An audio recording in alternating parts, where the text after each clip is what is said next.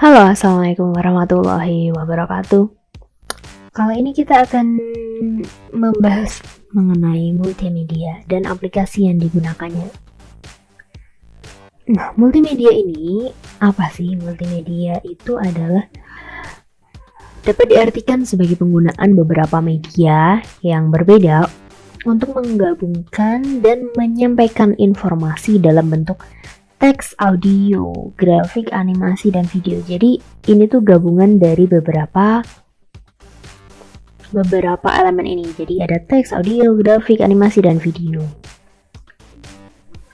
Contoh produk multimedia itu pertama itu buku. Nah, buku ini ada teks dan grafisnya. Jadi ada grafis gambar gitu, dan ada kombinasi bersama teks. Kemudian ada game. Nah, game ini terdiri dari beberapa unsur. Unsurnya ini ada teks, grafis, audio, video, dan animasi. Kemudian ada vlog juga. Nah, vlog ini unsurnya biasanya teks, video, audio, dan bahkan ada juga yang tambah animasi ya.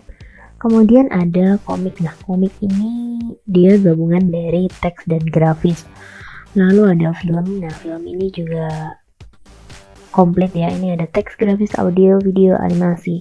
Kemudian konten sosmed, dan konten sosmed itu beragam, ada yang bentuknya video, ada yang bentuknya hanya feed kayak flyer, poster, dan story yang biasanya bentuknya berbagai macam.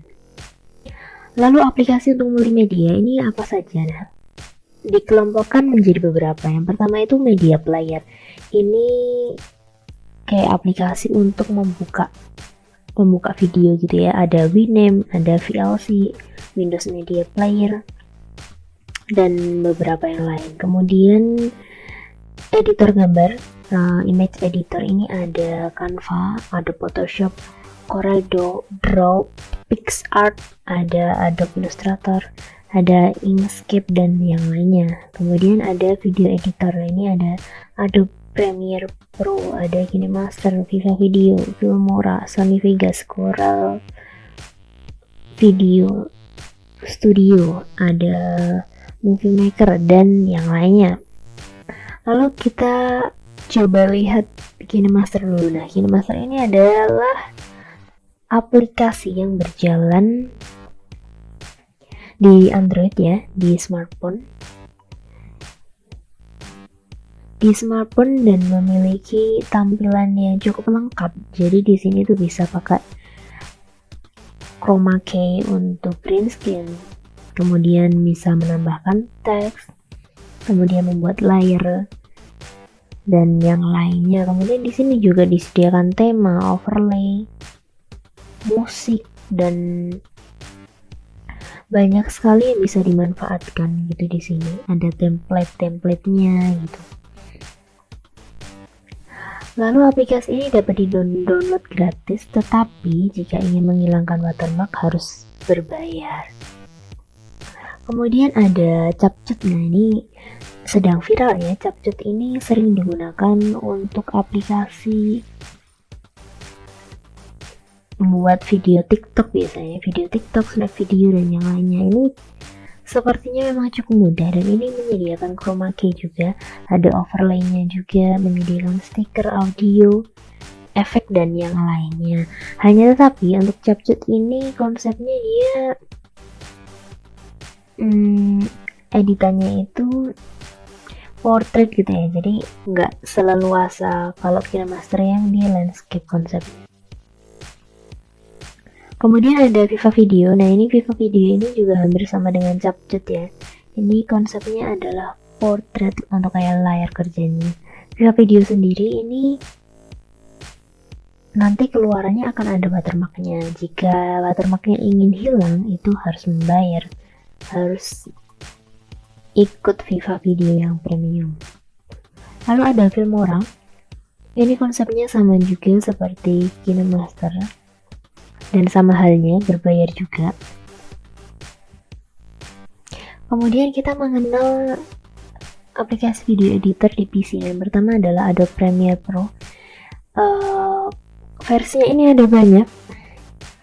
Ada juga yang Adobe Premiere Pro CC yang untuk profesional ya. Kalau ini Adobe Premiere Pro biasa, tampilannya seperti ini. Cukup mudah jika saya menggunakan, dan jika menggunakan PC emang lebih enak mengeditnya daripada menggunakan smartphone ya. Nah, Sony Vegas ini adalah Sony Vegas, tampilan Sony Vegas. Editornya seperti ini. Kemudian Movie Maker atau sekarang itu jadinya Video Maker ya. Ini yang sebelah kanan ini adalah Movie Maker yang dulu, terus yang sebelah kiri ini adalah Video Maker yang 2019.